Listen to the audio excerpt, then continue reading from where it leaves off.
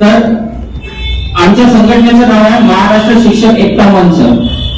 या संघटनेमार्फत आपण भावी शिक्षक जे आहेत त्यांचे मुद्दे घेऊन आपण शिक्षक भरती संदर्भात आपण ही पत्रकार परिषद आयोजित केलेली आहे। तर याचा मुख्य विषय असा आहे का पवित्र पोर्टल शिक्षक भरती 2025 प्रक्रियामध्ये तांत्रिक विसंगती, बिंदू नावाचे जे अद्ययावतीकरण आहे सोबत जे धोरणात्मक त्रुटी आहे त्या संदर्भात आपण ही आजची पत्रकार परिषद घेत आहोत। तर आम्ही सर्व भावी शिक्षक आहोत। शिक्षक भरती 2025 प्रक्रियेमध्ये आम्ही गुणवत्तापूर्ण पास होऊन आम्ही शिक्षक भरती प्रक्रियेत आलेलो आहोत। आमची शिक्षक भरती 2025 मध्ये नोंदणी सुद्धा झालेली आहे, पण अजूनपर्यंत पुढची प्रक्रिया कुठेतरी थांबलेली आहे किंवा त्याची गती कमी झालेली आहे। तर आमचे काही 11 मुद्दे आहेत महत्वाचे, ज्यामध्ये शिक्षक भरती त्या पद्धतीने झाली पाहिजे अशी आमची भावी शिक्षकांची अपेक्षा आहे। तर मी मुद्दा क्रमांक 1 पासून सुरुवात करतो। तर 15 मार्च 2024 मधील नवीन संच मान्यतेमुळे जे शिक्षक आहेत ते अतिरिक्त होत आहेत। तर जे शिक्षक अतिरिक्त होत असल्यामुळे विद्यार्थ्यांना गुणवत्तापूर्ण शिक्षण मिळत नाहीये आणि शिक्षकांचे अतिरिक्त होण्यामागचं पहिलं कारण हे आहे की त्या संच मान्यतामध्ये नवीन 0 ते 30 पटसंख्येकरिता एक शिक्षक देण्यात येणार अशा पद्धतीचा तो नवीन संच मान्यता आहे। तर 30 विद्यार्थ्यांमागे एक शिक्षक व एका शिक्षकावर आठवड्याभरामध्ये 48 तासिकाचा भार। आता 48 तासिका त्याला घ्यावं ते लागेलच एका शिक्षकाला, पण सोबतच इतर अशैक्षणिक कामे सुद्धा त्याला करावी लागणार आहे। त्यानंतर बघा, आता एक मी उदाहरण घेतो। जर या पद्धतीने जर शिक्षक भरती झाली नवीन संच मान्यतेनुसार, तर वर्ग 1 ते 5 चा एक गट असतो, वर्ग 6 ते 8 चा दुसरा गट असतो, 9, 10 चा तिसरा आणि 11, 12 चा चौथा गट, असे 4 गट शिक्षक भरतीमध्ये असतात आणि विद्यालयामध्ये सुद्धा असे 4 स्तर असतात।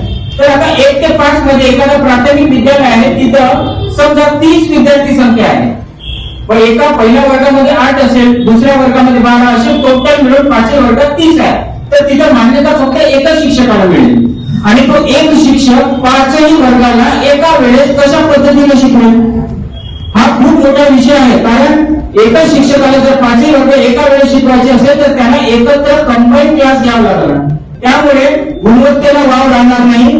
पहिल्या वर्गाच्या विद्यार्थ्याची मानसिकता वेगळी असते, 5व्या वर्गाच्या विद्यार्थ्याची मानसिकता वेगळी असते, त्यामुळे शासनाला या धोरणामध्ये कुठेतरी बदल करणं गरजेचं आहे। तसाच आपण उदाहरण जर 6 ते 8 वर्गासाठी घेऊ, 6 ते 8 वर्ग हा खूप महत्वाचा आहे। याच्यामध्ये भाषा विषय असतो, गणित विज्ञान वेगळा असतो आणि सोबतच सामाजिक शास्त्र हा वेगळा विषय, जसा इतिहास, भूगोल, नागरिकशास्त्र।